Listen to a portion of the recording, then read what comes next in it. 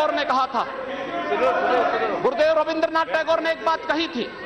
उन्होंने कहा था अगर भारत को समझना है, अगर भारत को समझना है, बैठ जाइए आप, फालतू बात करते हैं महोदय। उन्होंने कहा, गुरुदेव रविंद्रनाथ टैगोर ने एक बात कही थी और उन्होंने कहा था कि अगर भारत को समझना है तो मैं भारतीय अस्मिता को पहचानना पड़ेगा, और भारतीय अस्मिता को पहचानना है तो स्वामी विवेकानंद के बारे में आप जान लीजिए। स्वामी विवेकानंद ने एक बात कही थी कि गर्व से कहो हम हिंदू हैं। स्वामी विवेकानंद ने एक बात कही थी कि गर्व से कहो हम हिंदू हैं। स्वामी विवेकानंद तो सांप्रदायिक नहीं थे, स्वामी विवेकानंद तो किसी पार्टी के नहीं थे।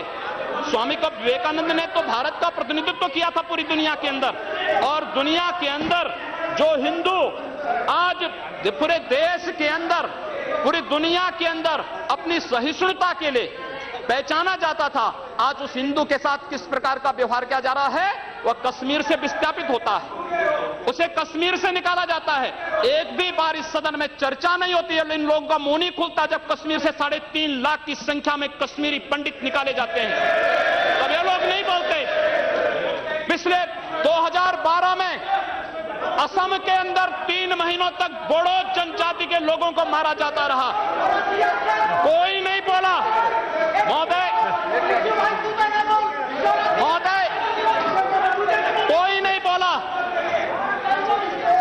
जम्मू कश्मीर के बाद जम्मू कश्मीर के हिंदुओं के मारने पर कश्मीरी पंडितों को उनके घरों से बेदखल कर दिया गया, एक भी बार ये लोग बोले नहीं, इनको पीड़ा नहीं हुई।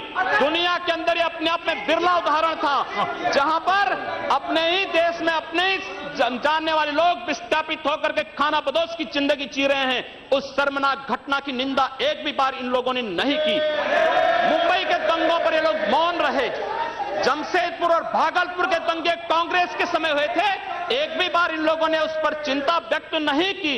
और तो और 1984 में इस देश के अंदर जिन सिख गुरुओं का योगदान इस देश को बचाने और इस देश की धर्म और संस्कृति और इस देश के समाज को बचाने में बहुत महत्वपूर्ण थी, उन सिखों के कत्लेआम पर भी इनको शर्म महसूस नहीं होती है।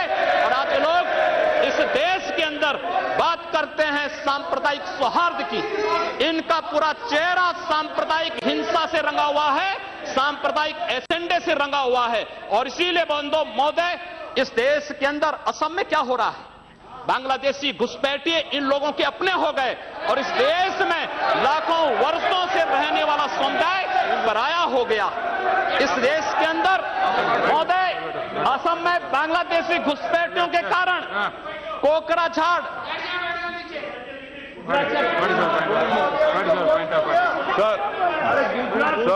which rule? What you want to? Under Rule 376, sir, the honourable member, while giving statement in his speech, he mentioned about communal rights. I request you that 2011 he has given a figures. Those are wrong figures. No, he has completely forgotten 10 to 2013. No. My question was there, sir. You cannot give wrong figures.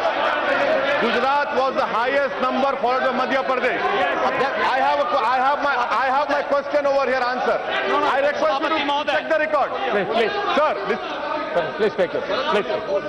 Say. No. Please. See, unmute my leg.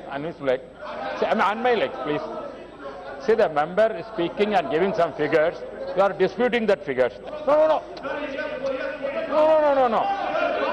In your speech you can say there is no ruling.